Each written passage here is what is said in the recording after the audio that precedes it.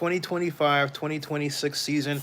I haven't done predictions in years, so today, as part of my quest to rattle off 17 videos before the day is done, here's another prediction. Well, not another one. Here's one I haven't done in a long time.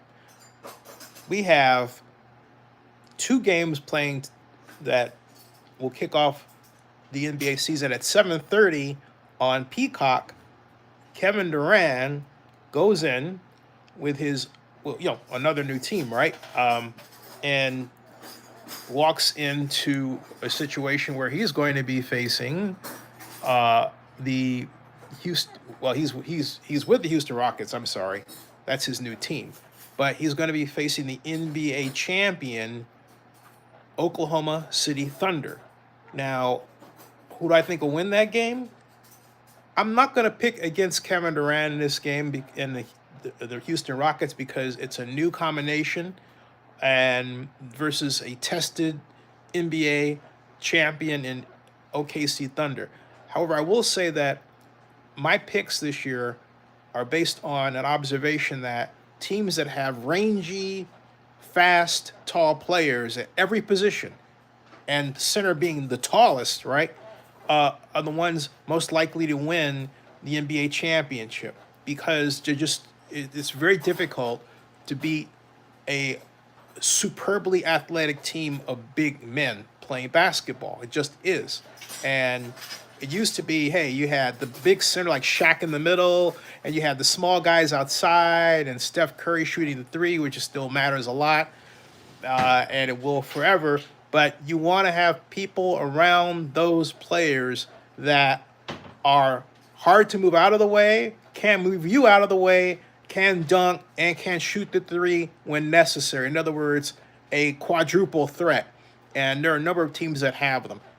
Of all of those teams, the one that I thought was going to win the NBA championship last season, the Cleveland Cavaliers, still have their core intact. That's right.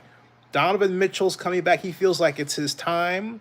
And on top of all that, we have Darius Garland, Evan Mosley, and Jared Allen, a quartet, all returning, no injury problems in an otherwise injury-challenged NBA Eastern Conference.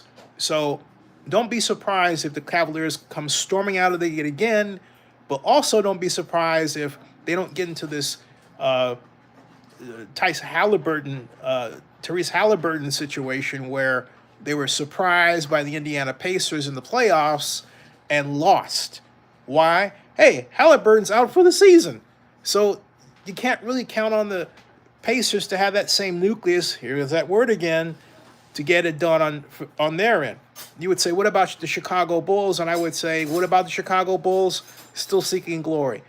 What about the Golden State Warriors? I love the Warriors, but the simple fact of the matter is the Warriors hang on to their nucleus too much of the time, and it's time to part ways with some folks, but only not just because they're older. No, I'm saying it's time to do that when you have people there that reflect the system, that are playing very well, and the Warriors still aren't quite there at being able to point at this guy and that guy and that guy and say, okay, they represent the next Draymond Green, Steph Curry, and all the other stars that were the ones that produced the 4 NBA championships out of 5 times that they went to the NBA Finals, right?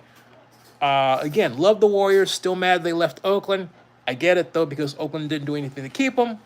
They went over to San Francisco because Ed Lee, rest in peace, wanted them and worked hard to get them. He was the mayor at the time. But you know what? That's history. Oakland deserves its own NBA team. Isn't even trying to get that, okay? What is Oakland trying to do right now? No, this is not going to dissolve into an old Oakland thing. I'm just telling the truth. Oakland is a lazy team when it comes to getting Major League sports. It doesn't even try. Okay, I said that. Let me get back on to this point. The Cleveland Cavaliers look like they cannot be stopped on their way to the NBA Finals.